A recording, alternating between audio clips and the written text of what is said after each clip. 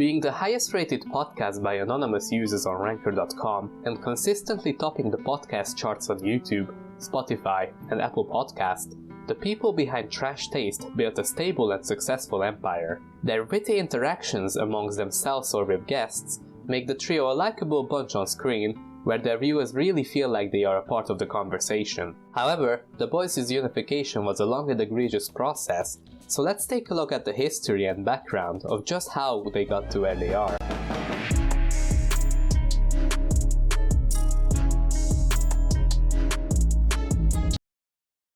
Joseph Tetsuro Bissinger was born in Sydney, Australia, to a Japanese mother and an Australian father of German and Hungarian descent. His love for the genre of anime would cultivate in a WordPress website back in 2013, but quickly shifted his focus onto his YouTube channel. He uploaded his first video in the same year, talking about his frustrations regarding dubbed anime shows. So the opening had just begun. I think it was about 4 or 5 seconds into the opening. And then all of a sudden, the show started. And then disappointment just rained down upon me. And you know why?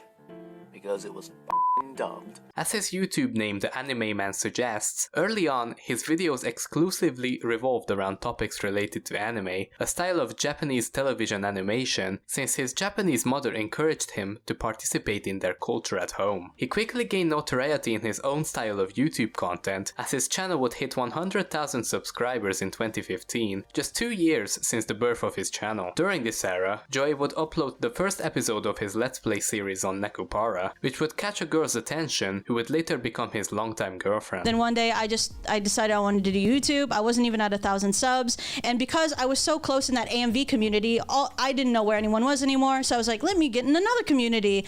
Joey was the first one that I found that was closest to my age, and I thought that like he was really funny when he was playing Nekopara. So the very first message... I bet you were so funny. Yeah. You were hilarious. Love it. Watch it all the time.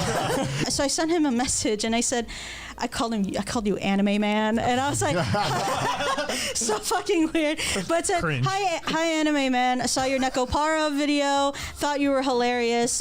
Do you like doujins? If you want, let's read one together. Because it was YouTube DMs, I was not expecting a reply, because I was like, I think it was like 2014, 15.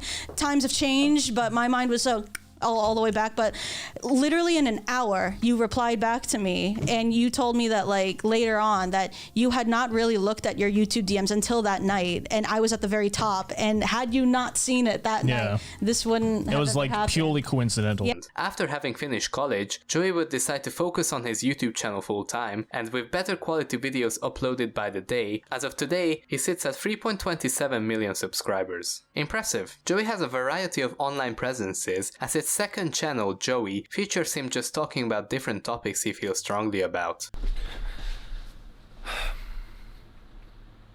Opinions. He also has a musical artist persona called Ikaru, having posted 2 albums and various singles, with him performing both the piano and vocals.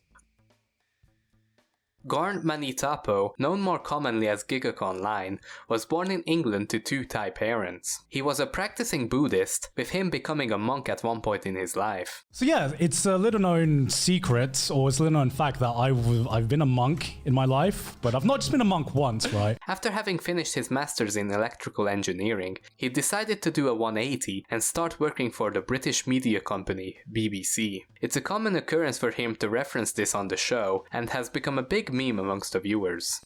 You know I work for the BBC. He is the oldest one out of the TrashTaste boys, but not just age-wise, as he was also the first one to create a YouTube channel back in 2006, about a year after YouTube's inception. He originally blew up thanks to his anime abridging series, where he would edit and make a parody of various popular anime at the time, and would become a staple amongst the anime community. If you're still stupid enough to be standing in the streets, what the hell are you doing? Run! Run for your life! Originally, he was known as the Anime Zone, but in 2017, he decided to change his name to Gigguk, which is a nickname given to him by his family, and him changing to this name on YouTube would resemble a change in style of content for his channel. He is currently married to fellow YouTuber Sitsnap, whom he met through her audition to one of the early renditions of his Abridged series. You met through Abridged? But because she told me that she I was wouldn't. like this close. She was not going to take up the role, but Yeah. because she saw how much effort I put into this email, that's the reason she took the role.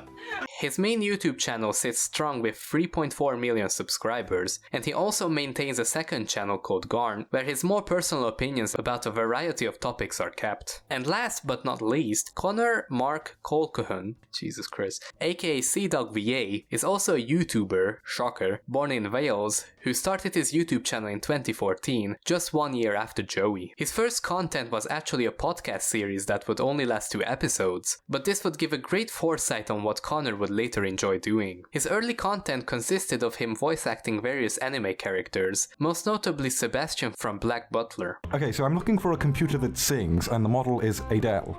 I don't know. Never heard of it. You still won't get the joke? He also did similar voice acting work wherever he could find some, which led to some interesting clips. Do not worry, you are not alone on your journey. Our village is on the other side of the river. When we reach it, it is yours. In the beginning, he was mostly invested in the intricacies of voice acting, not necessarily in anime, but as time went on, he would shift his focus on otaku culture and Japan-related topics. While these would bring wide audiences to initially click on his videos, they were mostly driven by his personality and style, which would gain him a substantial core audience that would follow him anywhere. His main channel sits at a whopping 2.88 million subscribers, but his Twitch highlights channel ConnorDog is also fairly active and receives about 5 million views per month, and is close to hitting 900,000 subscribers. All the boys' content would not be possible at all, however, if a video editing machine wasn't there to back them. Mudan, an Estonia-based video creator, is reportedly responsible for editing nearly all of the channels mentioned. He's the editor for the channels The Animeman, cdawgva, ConnorDog, Connor Clips, TrashTaste, TrashTaste After Dark, and TrashTaste Highlights. He also occasionally helps out with editing videos for Aki Dearest, Sitsnap, and Nookstaku, and manages Iron Mouse's YouTube channels, Iron Mouse and Iron Mouse VODs. His sheer skill and witty humor vibes well with the boys, whether they're together or individually, so his behind-the-scenes work is very respectable and noteworthy. While they all started their ventures solo in the beginning, their similar style and genre of videos would inevitably lead to collaborations with each other in the future. Collaborations with other creators usually led to different audiences getting to know different creators, which can be very beneficial for the creators in question, especially when one of them is significantly less known in the community. By the time the boys decided to do a podcast together, all three were similar in terms of subscriber count, however their level of notoriety would differ in different communities. But let's not jump ahead too much. Before TrashTaste, all the boys had different friend groups they would decide to embark on a podcasting venture with. Starting with gigguk/garn, his affiliation and hosting of the now defunct podcast called Podtaku was once the cornerstone of the online anime fandom. In this series originally, the group of 4 friends would get the spotlight to talk about various anime-related topics. The team comprised of 4 at the time prominent AniTubers, Anime Appraisal, Glass Reflection, Holden Reviews, and of course, the Anime Zone. They would be the steady cast for the podcast, who would mostly be the ones to talk. However, scheduling and creative differences started to emerge. The long and the short of it is that we came into some creative differences about which way the podcast could go. Because to me, Podtaku was the defining podcast of the AniTube community, as I have just said, and I really wanted to push that further. I wanted Podtaku to like evolve more. I remember Tristan coming to me, and he was like, I want it to end. You know what I mean? Right. Yeah. And looking back now, I totally understand why he did. Right? Because this is where I put it back to creative differences, because he saw that we weren't getting as many views as we used to before the hiatus, right? And also the dynamic of the group was very different than when we started. Some people weren't getting along as well as they were at the beginning. So he wanted Podtaku to just end there. He wanted to be like, okay, instead of just fizzling out, I thought it was too early to end it, and Tristan wanted to end it. With this came the creation of the offshoot series J-Taku, which would follow a similar format in talking about anime on the show, but the cast would be more varied as only a fraction of the original cast would remain. This would keep the channel alive for a while, as a lot of AniTubers would want to chime in with different episodes. However, as time went by, the cast began to realize that there's not much variety in their recorded conversations, and this would serve as a catalyst for the slow death for the J-Taku series. After a long 8-month break, the original cast would return for a couple of episodes, as Garn was passionate about keeping the cast together. All of this would cultivate with a final send-off episode, since the cast's differences would be too big to keep going, but kept friendly over the years. Joey had one smaller podcast venture with his girlfriend Aki Dearest called The Anime Show, where the duo discussed various topics related to anime and otaku culture. Another SBS Pop Asia podcast. It's The Anime Show with Joey and Aki. Welcome back to another episode of The Anime Show with Joey and Aki. I'm your host, Joey. And I'm your co-host, Aki. They hit it off quite well because, well, they're in a relationship, of course, but these episodes never really took off, as they were only available on podcasting sites such as Spotify and Apple Podcast. Even so, the show went on for about a year and produced about 60 episodes, and was a good learning experience for the parties involved. Joey's also made several appearances on Abroad in Japan's podcast to talk about various Japan-related topics, although these went relatively unnoticed. Hello and welcome to the Abroad in Japan podcast, probably the best way of learning about life in Japan without actually being in Japan. I'm your host, Chris Broad, and we're joined by not Pete Donaldson again. So this week we're joined by another guest. We've had Norm, Tokyo Lens recently, we've had Charlotte in Japan, and now we're joined by Joey the Anime Man. You might have seen him in Journey Across Japan. Joey, how you doing? I'm doing alright, how are you? Oh, good.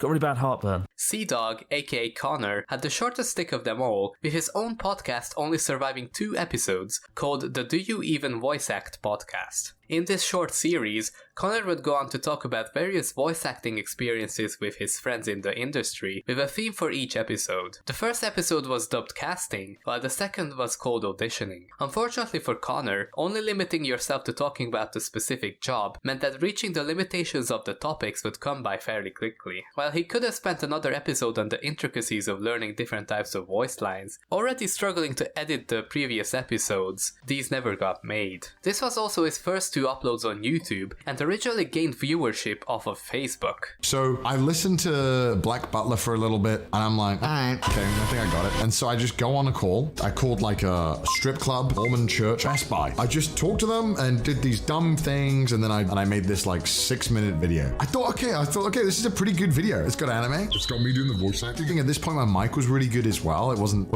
peaking. I had this idea. I'm gonna figure out a way to make people see this video. So I went to Facebook groups for Black Butler, and I just sent like messages to a bunch of these groups, and I was like, hey, I had this like Sebastian video. Do you guys want to promote it? No, yeah, I did. That's what I did. One group with like 80,000 likes shared the video, and within like one day I had like 1,000 views. And I was like, oh my god, I can't believe this worked. However, ever since the advent of TrashTaste, he's been featured in many other podcasts as a guest, such as Safety Third, Fair End, ProZD plus Pals, and many others, so he definitely has the persona to keep up a long-term podcast. It seemed all the boys had a knack for talking about various topics in a long format. Although they would all independently reach YouTube success in the coming years, to go one step further would require their talents to be used collectively. While they would slowly get to know each other in the background, the boys would have no idea of what was to come.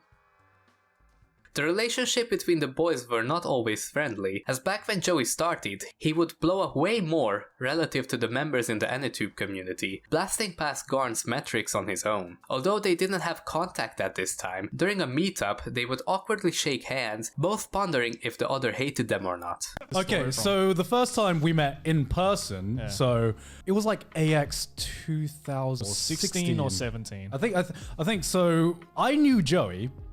I didn't know that he knew who I was. Right, and vice versa. Yeah. I knew Garn, but I didn't know if he knew me. Yeah. So the first time I saw Joey, we were like in Little Tokyo or something. Yeah. And I remember looking at you, and you looked at me, and we didn't say shit to each other. And I thought this motherfucker must hate me. this motherfucker hates me. And at the same time, Gon and I looked at each other in the eyes, and in my head I was like, this guy definitely hates me. This guy hates my guts. So I'm just like, man, Joey's such an arrogant piece of shit, man. I can't believe this guy. I remember we shook hands. We were like, hi, I'm Joey, nice to meet you. You were like, hi, I'm Gun, nice to meet you. And that was it. That was it. Wow. It was so awkward. After going to a karaoke bar and drinking together at a later date, however, they would realize they don't actually hate each other, despite there being a big potential for that being the case. Yeah. And then fast forward 2 years? I think it was next year. Or it might have been even less than that when I came to Egypt, went on to a trip to Japan or something. And then... And you randomly DM'd me. Yeah. I was like, for some reason he follows me, so maybe he doesn't hate me. I don't know. He's cool. Maybe he's cool. So yeah, we DM'd each other, and then we met in Japan, and then we just instantly just fucking great friends, you know, from that point. We went to an izakaya. No, we met up in Akihabara. Yeah. And we hung out a little bit, and then we went to an izakaya in Ueno. Yeah. Till 2 in the morning or something. Yeah. Connor originally was very split off from the AniTube community. Although he would gain fame through voicing popular anime characters, his involvement and passion for anime in general wasn't as apparent as others in the community. However, for Connor, he actually enjoyed collabing with different creators regardless of their community, so he would try messaging a lot of creators early on in his channel's history. One of these creators would be Joey, who Connor didn't think would respond at all, but to his surprise, Joey was receptive. The two would stream a game called Broforce together, as this would become the start of a meaningful friendship for years to come. Hello?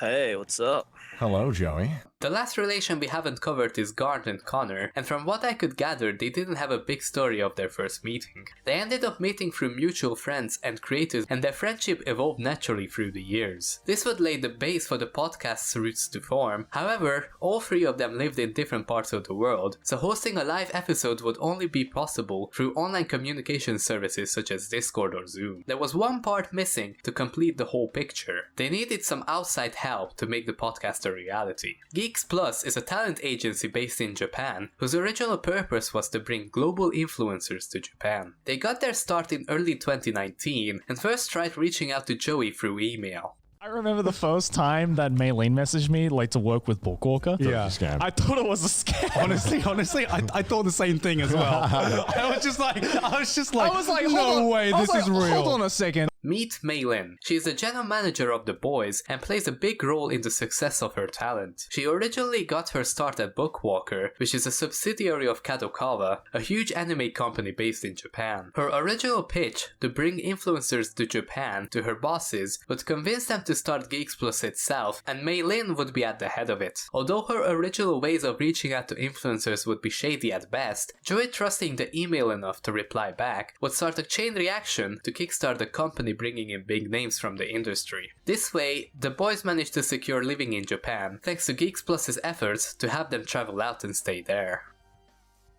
Today, the TrashTaste YouTube channel stands at 1.45 million subscribers, and while their solo channels all individually outpace that number, the podcast's monthly view count is higher and more consistent. They also have a Twitch channel called TrashTaste Podcast, where the boys record live segments and upload them to the TrashTaste After Dark channel. When you consider the length of each episode, it is easy to see why the boys happily commit to this podcast more seriously than their own channels. With large audiences watching hours of content at a time, YouTube rewards creators exponentially more than a 20 to 30 minute video. While it is a lucrative venture for all involved, the boys have to walk a fine line to keep up their public image, as with examples like H3H3 being a blatant sellout and posting low effort episodes on his podcasting channel, it's easy to get lost in the money aspect. Currently though, with a big team backing the three Enigmas, and their on-screen chemistry giving the viewers an experience of just talking with friends on a Friday night, there is no end in sight for TrashTaste, as they even went on a tour and sold out in America in 2022.